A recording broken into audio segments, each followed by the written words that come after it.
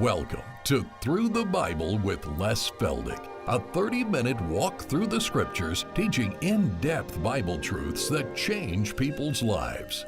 Now, here's your host, Les Feldick. Well, we got a good gathering this afternoon, and for those of you on television, we bring these folk in and we do a 4-program session and tape 4 programs, just one right after the other, and we just appreciate so much that these folk come in and become part of our class and our audience. Now again, we always like to remind our television audience that all the past programs, beginning in Genesis 1:1, we've been coming up, as the program says, through the Bible. And all these past programs now are available in videotape as well as the printed page. Now these little books are just transcriptions, word for word, and we do not try to make anything on them. We just cover our printing costs, and for those of you who are interested, you call or write. So anyway, I always like to make folk aware that all of this material is available. It's it's a study course, I guess, in its own way, starting in Genesis and just coming on up through, and we are now, of course, up to the book of Romans. And so those of you here in the studio are already turned to Romans chapter 3. And for those of you out in television, you'll remember in our last program we wound up with God's great controversy with the human race, how he had built his case as a prosecuting attorney, not against any one segment, not against any one race, not against any one class, but he builds his case against the whole human race. And if you'll remember, in chapter 1, we looked at the immoral or the amoral man. And God builds his case as to why they are guilty. And then we looked at the moral man. On the outside, he's good. There's just nothing that anybody can find wrong with him. But God has just as much to say about him as he does the immoral. And then the third category, of course, was the religious individual, who thought because of his religion that he had everything that he needed to meet his Maker. And then we came to that great conclusion as we left our last program, that all have failed, all are guilty, there is none righteous, no, not one. And so now we're going to pick up at verse 19 of chapter 3. Now whenever I teach Romans chapter 3, I always like to make a statement that there are 2 chapter 3s in the Bible that I think are mandatory for every believer to understand. The first one is Genesis chapter 3, where we have the account of sin and all of its horrendousness making its appearance when Adam rebelled and ate. And if you can understand chapter 3, why mankind is a fallen race, totally disobedient to everything that God says, and as a result of their fall, then we've seen the 6,000 years of human suffering, of degradation, corruption, evil, wickedness, and it all began back there in the garden.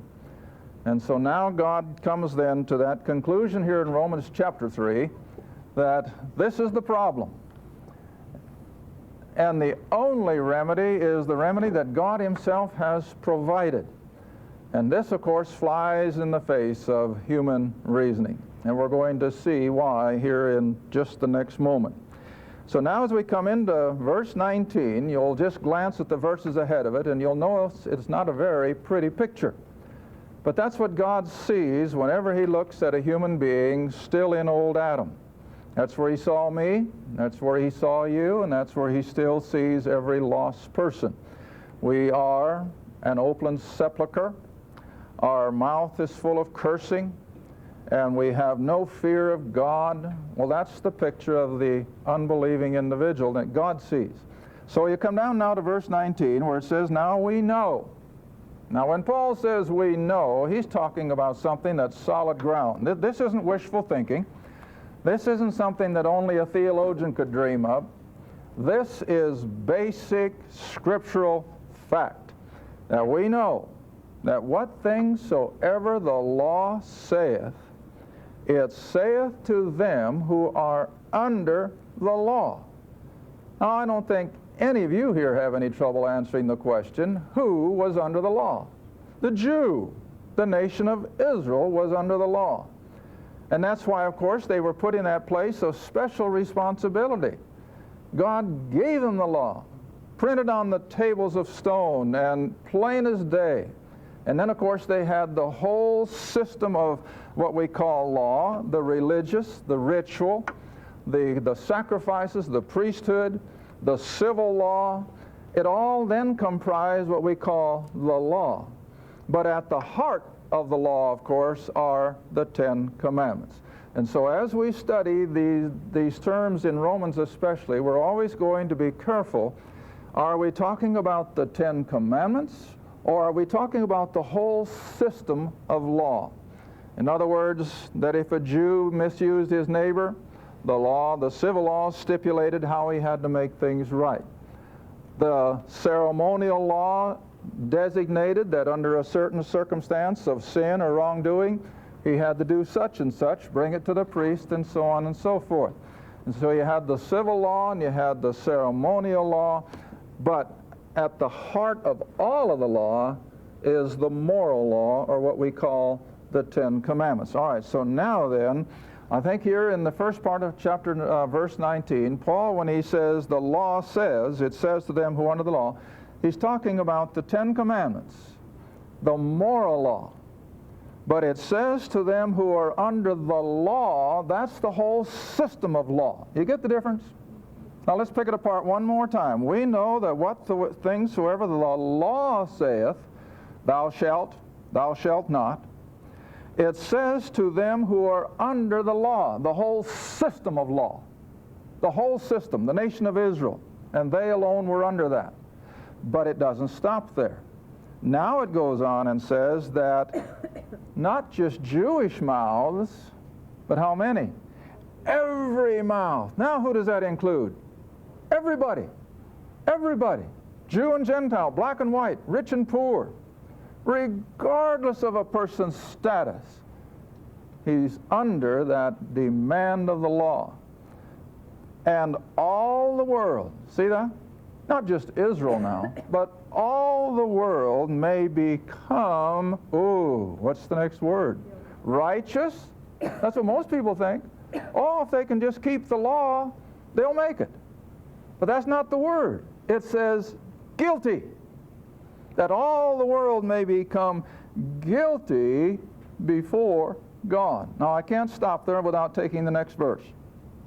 Therefore, since the law, the Mosaic 10 Commandments, since the law makes everyone guilty, therefore, by the deeds or the keeping of the law, shall no flesh be justified in his sight.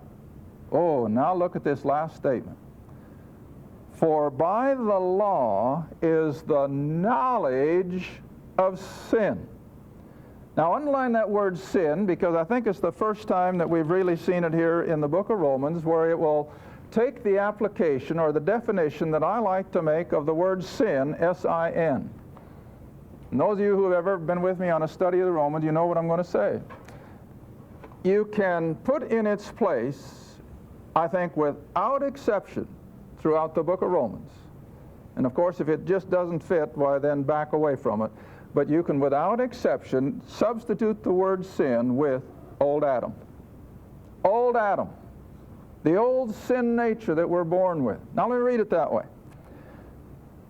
Therefore, by the deeds of the law shall no flesh be justified in his sight. For by the law is the knowledge of old Adam.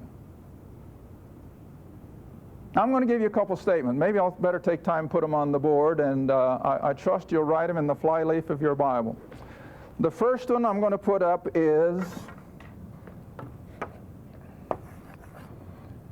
we are not sinners because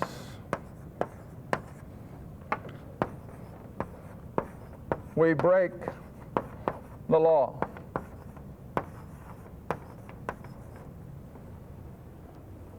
Hard to swallow, isn't it?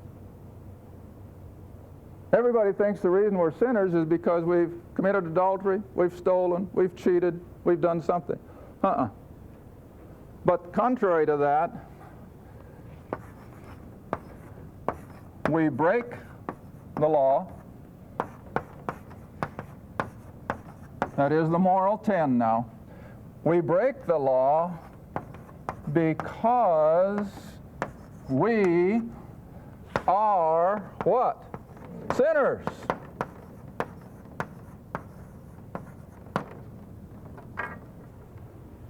Now that's contrary to what most religions teach. That's contrary to what 9 out of 10 church members think even today.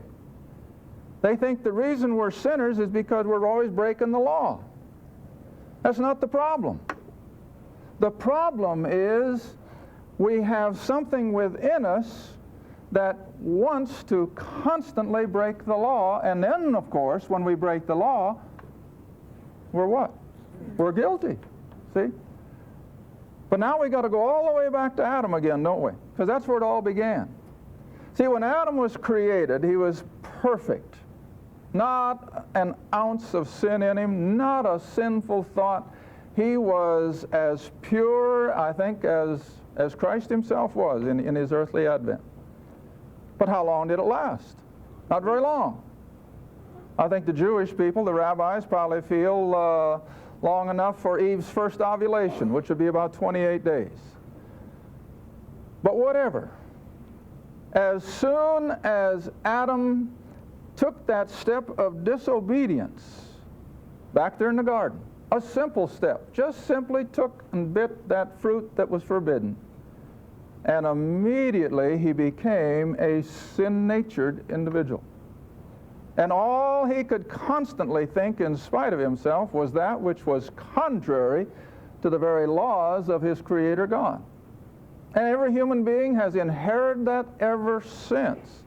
So you see, this is where we are then in the first statement.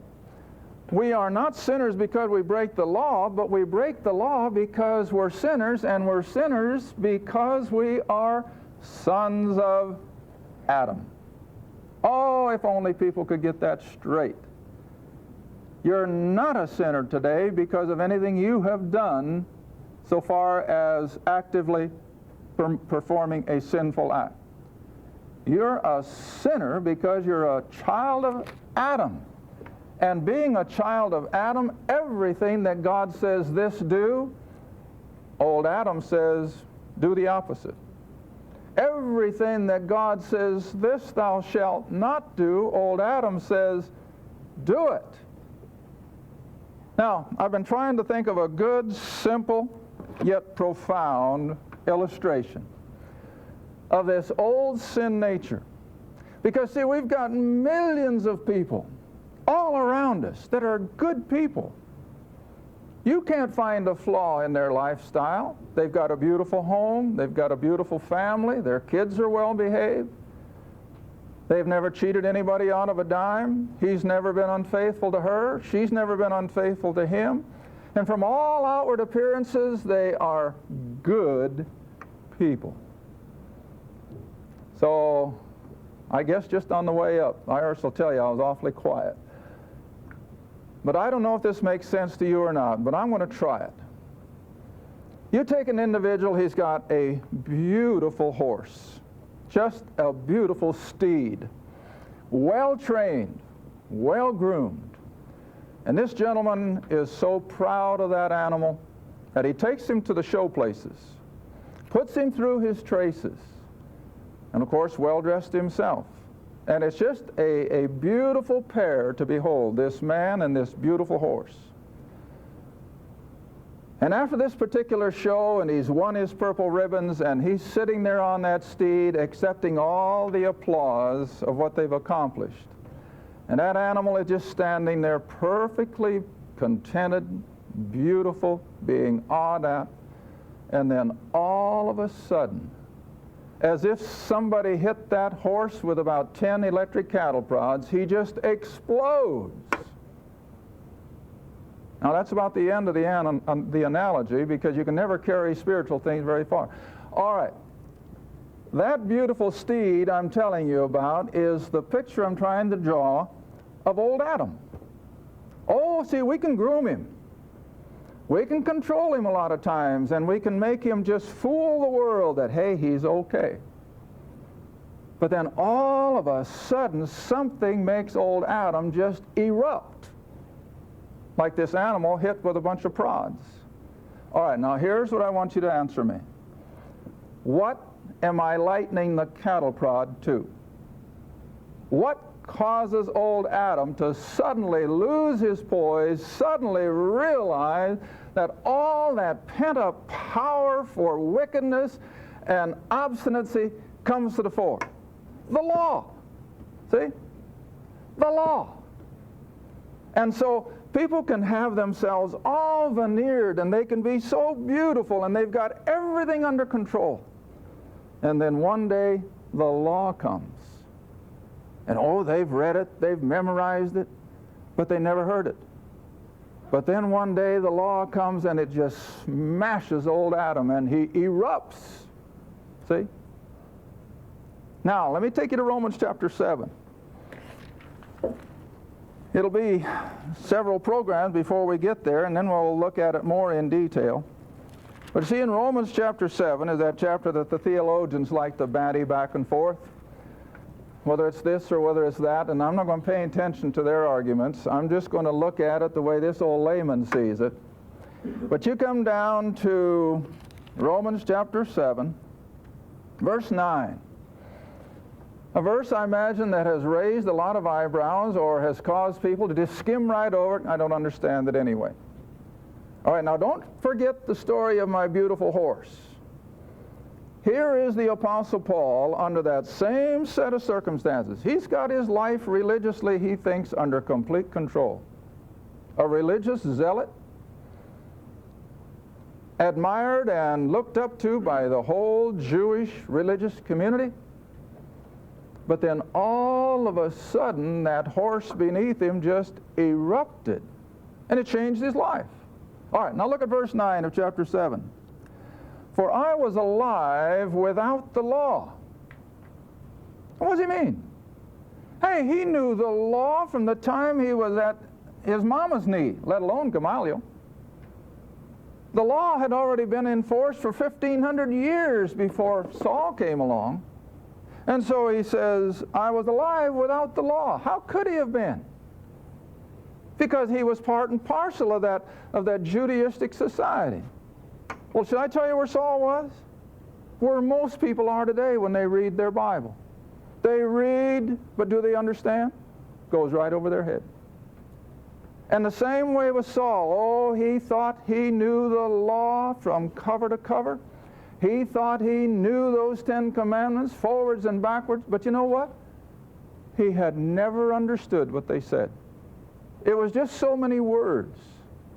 But there on the road to Damascus, all of a sudden, as he was confronted with the ascended Lord, all of a sudden now, the law meant what it said to Saul of Tarsus. And what happened? He realized that he was the biggest lawbreaker of all. And that's why he claims that he was such a sinner. He had persecuted the believers. But it was when the law finally got a hold of old Saul that he had to recognize, I'm nothing, see? All right, and so what happened? He says, I died. Well, now we know he didn't die physically. So where did he die? Oh, that old Adam, see? Old Adam has to die. And that's the whole theme of this book of Romans, is to deal with that old sin nature that is constantly making man rebel against the very tenets of God. Now, by now you should be able to see what I'm driving at. Is that something that we can do in the energy of the flesh? No. There's no way you can deal with old Adam in the flesh. Because just like the gentleman with his beautiful horse, oh, he's trained him, he's shown him, he's had it applauded, he's gained his rewards over him. But then one day when that horse was finally exploded with an outside source of energy, it showed itself for what it really was. it could be just as cantankerous. It could buck him just as far as the worst bronc could ever do. And that's where our old Adam is. And we have to come to grips with that old Adam. And you can't do it by joining a church. Now, I'm not against the church. Don't ever let anyone get the idea. I'm just using it as an example that that is not what we have to do in order to get right with God. We have to first and foremost deal with this old Adam. And remember, he's in the area of the invisible. You can't lay Adam out on the table. You can't examine him. You can't open him. Old Adam is in the area of the spiritual. He's in the invisible. And consequently, whenever we start dealing in the area of the invisible, there's only one individual, if I may use the word, that knows how to do it. And who is it? The Creator himself. The Creator himself is the only one that can delve down into the depths of the Spirit. And so we have to deal with old Adam then through the work and the power of our Creator, of our Savior, and of our Lord. All right, come back to the verses again in Romans chapter 3.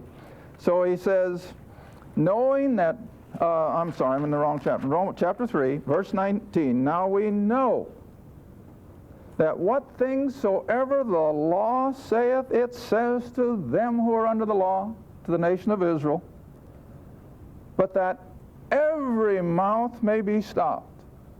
Now just think about that for a minute, and I'm trying to get all my class people over the years prepared, and it happens all the time, for that good neighbor or that good friend or that good customer or that good client who comes in and the conversation comes around these things, and that person will say, well, now I'm doing the best I can. I think I'll make it. So don't give me a hassle, because I'm pretty good. I'm keeping the commandments. I've joined the church. I'm a good family man. I give. Don't talk to me about my having any problem facing eternity.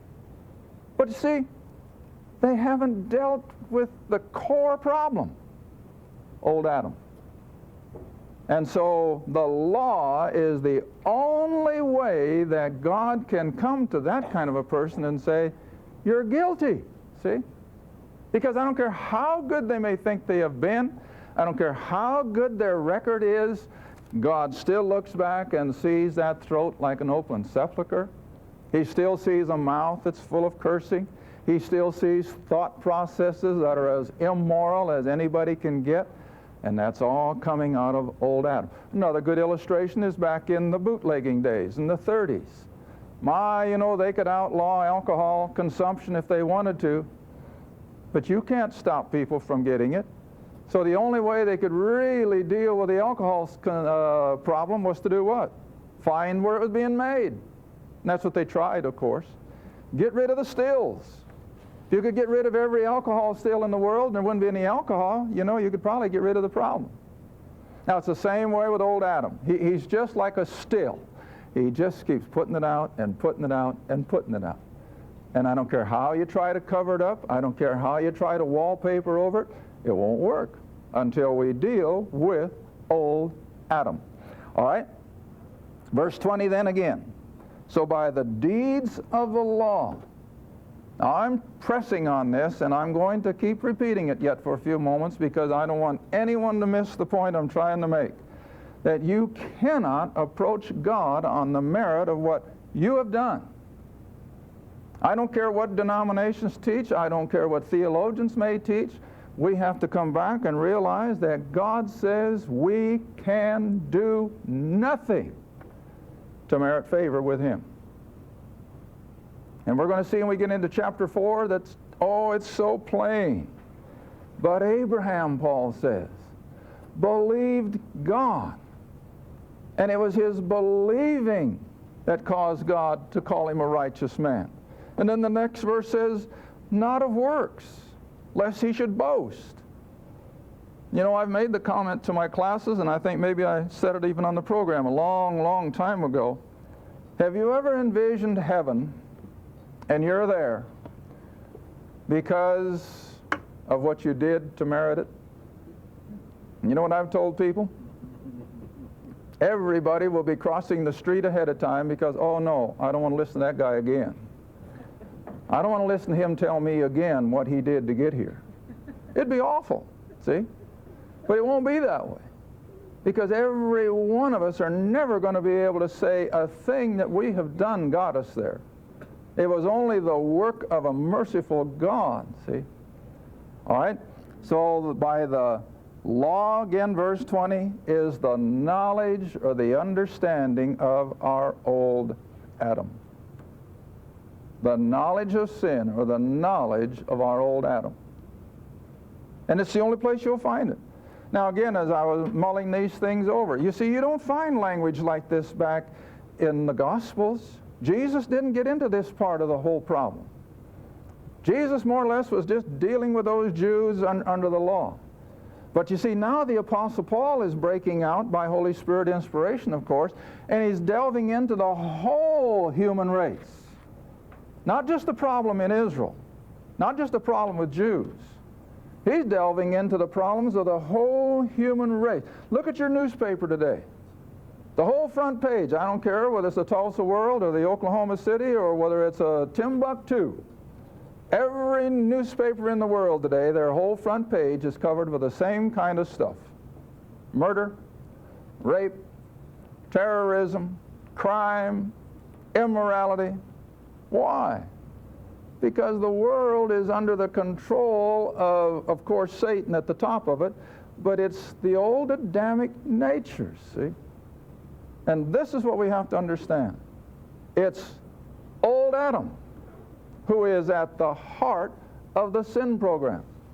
It's old Adam in the realm of the Spirit that we have to deal with through the power and the mercy and the grace of God.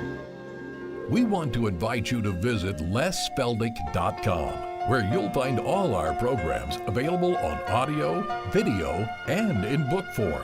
You'll also find many of our on-location teaching seminars held across the country, as well as the popular questions and answers book and many other study materials. Just go to lesfeldick.com. Thank you for watching Through the Bible with Les Feldick. Through the Bible is a partner-supported ministry. If this program has been a help to your study of the Scriptures and you'd like to see others enjoy the teaching, your support would be greatly appreciated. Write to us at Les Feldick Ministries, 30706 West Lona Valley Road, Kinta, Oklahoma, 74552. Or call 1-800-369-7856. Be sure to tune in next time to Through the Bible with Les Feldick.